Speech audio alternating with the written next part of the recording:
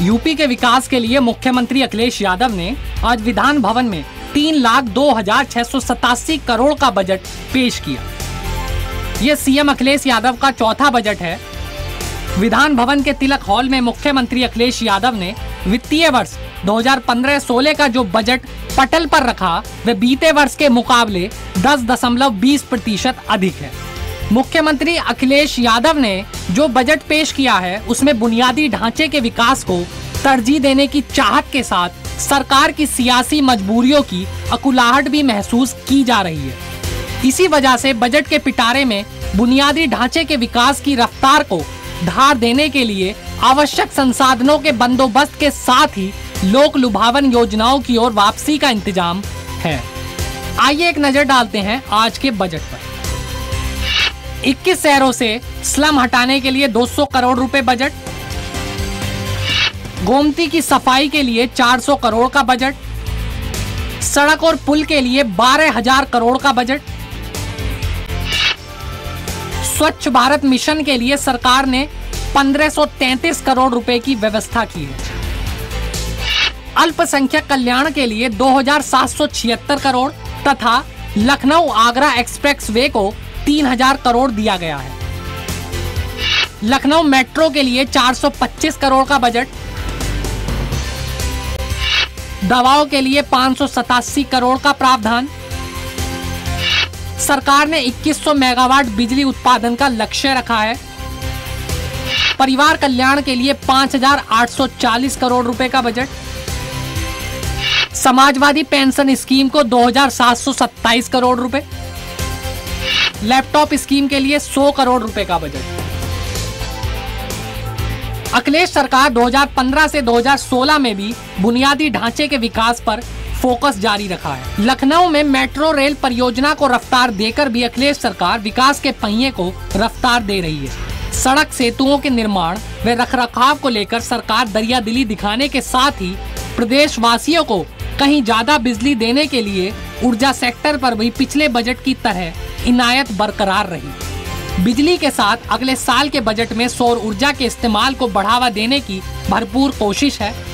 मुख्यमंत्री की पहल को अमली जामा पहनाने के लिए कई शहरों में साइकिल ट्रैक बनाने के लिए भी सरकार संसाधन मुहैया कराएगी।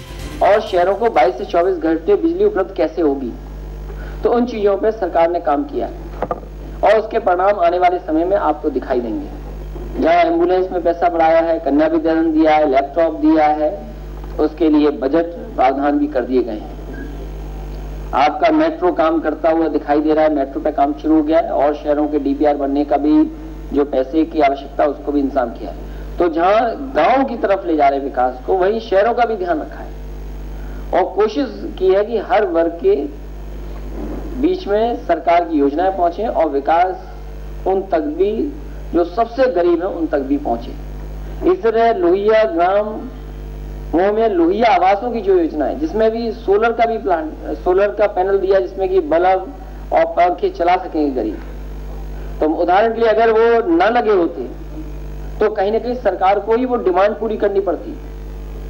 तो कहीं ना कहीं बिजली के क्षेत्र में अगर लोहिया आवासों में सोलर की लाइट्स और पंखे दिए तो कहीं ना कहीं हमने बिजली को भी उन तक पहुंचाने का काम किया। बीते वर्ष से बंद की गई कन्या विद्याधन और लैपटॉप वितरण योजनाओं को बजट के जरिए नए स्वरूप में सामने लाकर अखिलेश सरकार वादे से मुकरने का दाग धोएगी। बजट में इन योजनाओं की वापसी के साथ ही इसी साल होने वाले पंचायत चुनाव को देखते हुए लोहिया ग्रामीण आवास योजना, लोहिया समग्र ग्राम विकास योजना और जनेश्वर मिश्र ग्राम योजना को सरकार और ज्यादा तवज्जो देगी। समाजवादी पेंशन योजना नए बजट में भी अखिलेश सरकार की फ्लैगशिप स्कीम रहेगी।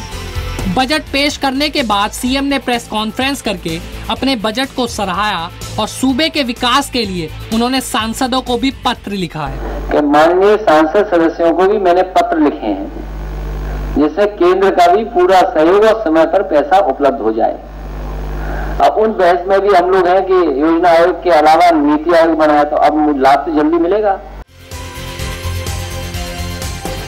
गन्ना किसानों के हितों को ध्यान में रखते हुए उनके लिए बजट में अलग से प्रावधान है। किसानों का सवाल ये सही है कि उत्तर प्रदेश की सरकार ने जो कदम उठाए और बजट से भी कुछ पैसा दे करने का काम किसानों को किया। और ऐसा संकट आया है, उसके लिए मैंने पत्र भी लिखा और कई बार मैंने केंद्र सरकार को पत्र लिखा कि बाहर से चीनी न मंगाई जाए। अगर बाहर से चीनी आएगी तो आपके बाजार के पूरे मापदंड बिल्कुल खराब हो गए और जो उत्तर प्रदेश की जो चीनी का भाव था वो भी नीचे दिखाई दे रहा है। जिस समय रेट मैंने तय किया था और समाजवादी सरकार ने जिस समय गन्ने का रेट तय किया था 280 रुपया, उस समय चीनी का बाजार भाव लगभग 36 रुपए था और अब बाजार भाव आ गया है बहुत नीचे।